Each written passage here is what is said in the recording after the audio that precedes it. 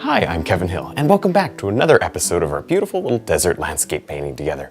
Now, last time you guys chose to really enhance the foreground. I'm going to make it a bit larger and add a lot of desert plants. So I think that really should be a lot of fun. Now, there's going to be no voting at the end of this episode because we're pretty much done. I'm going to block this in and we'll detail it out and finish it up and then put it in a frame next time. So I hope you're really looking forward to that. Let's get started. Now, as you can see, I started here with a basic sketch, and this is simply so that I can put the little pieces of land where they, well, at least sort of where they were in the drawing that I did last week. There, just because, you know, that's what I showed you. I really want to make sure that we get it at least feeling about the same way. Good, doesn't take a whole lot of paint because we're not covering anything that's wet or, you know, a light color, so it just takes a very, very little bit of paint. So there you go. Good stuff.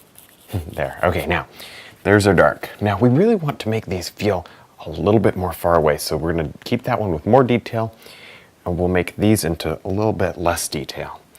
All right, here we go. As you can see, my palette, as always, is pretty dirty. I was filming earlier today. Okay, take a little bit of this yellow and white, and I'm going to run it right across. There. Now, I'm not finishing any of this today, probably. Because we're adding so much, I don't want to, you know, kind of skimp on it and make it not so great. We've had too much fun. I don't want to just kind of rush the ending on this one. So we'll break it up into 2 episodes. There. Good. See how you can use that gray to create just a little more feeling there. I'm going to, of course, pull down to create the little ledge. Good stuff. Fun. I love doing this. Okay, more yellow. Make more of a ledge right here, but again, everything is smaller. Over here, I don't know how dark we want to go. Let's just play around here. A little brown, little yellow. Little brown, little yellow. And yeah, okay, that's kind of cool. That works. That works a little more loose than the others. Don't want them to be the same shape as the others, so make sure that we do something different, you know? There, good. Next, with our filbert brush and some green and brown, let's go ahead and drop in a cactus right here. Okay.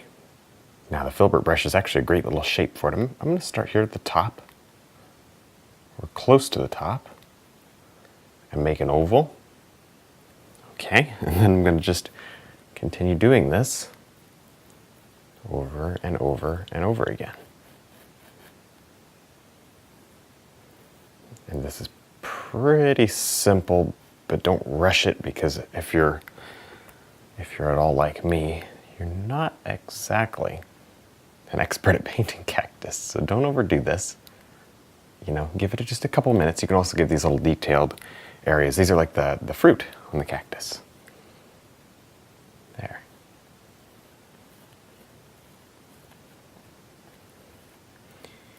Okay, and then these things will come out like this. You have to build these up pretty thick. You can't just do, you know, you can't just do one little stalk coming up. You got to have these little attachments. Some are smaller. Now, because we've got 4 shortened angles going on, you know what, 4 shortened angles. Some are twisted flat, and you see there's a flat one. So you're looking at it, look at my paintbrush. See how you look at it this way? It's long, but you look at it that way, see? So it's a matter of angles, right? So it's one that's turned flat. Very important, you got to remember those angles. If you don't remember angles in your painting, you're not going to have a super successful painting. You can have a nice painting, but to have a super successful painting, you've got to remember to have a bunch of variation in your angles and shapes. And it works with evergreen trees and anything else. It's all the same stuff. Now let's run right over here and do another cactus. And we'll do it sort of the same way. I'm going to do this one significantly faster. As you can see on the other one, I made it just a little bit thicker and a little bigger, more of like a bush shape. The reason is because that's kind of the way they look. Most of the time, I mean, they grow so funny, but it's okay. we can kind of get away with whatever, but I just still want it to look normal. Or a little bit normal, at least. There. And then this one, I'm going even more subtle and even more small.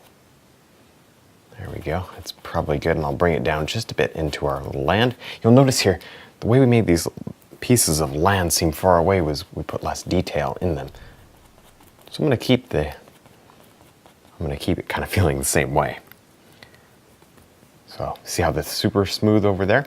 A little bit more brush strokes and a few more brush strokes over here. And you see how detailed this is? We'll detail out maybe that section right in here, the lower section. Everything else we'll leave a little smoother, and I think that'll look cool. Okay, grass. Let me take a little bit of our yellow and some mud here. Oh, that created a nice enough looking brown. Gotta love it when stuff like that happens. I'm gonna just take my brush, crunch it in, pull it up, create some desert grass. And this grass only lives for, it seems like a couple of weeks. It grows just tall enough to be seen here and then dies. So that's what we're painting right now. Now I'm going to take just a couple minutes here to add in some dry or close to dried up desert bushes. We may throw some leaves on these or we may not, depends on what we want to do next week.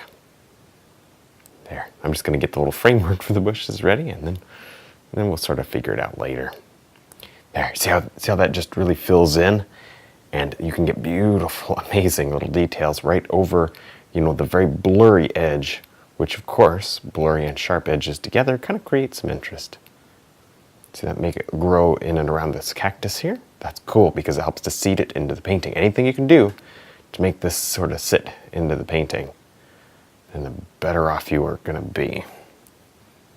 I'll make this one right here a little thicker. Good. And I also took just a couple seconds here. I was just working to create a little bit more detail. I'm adding some, cracks.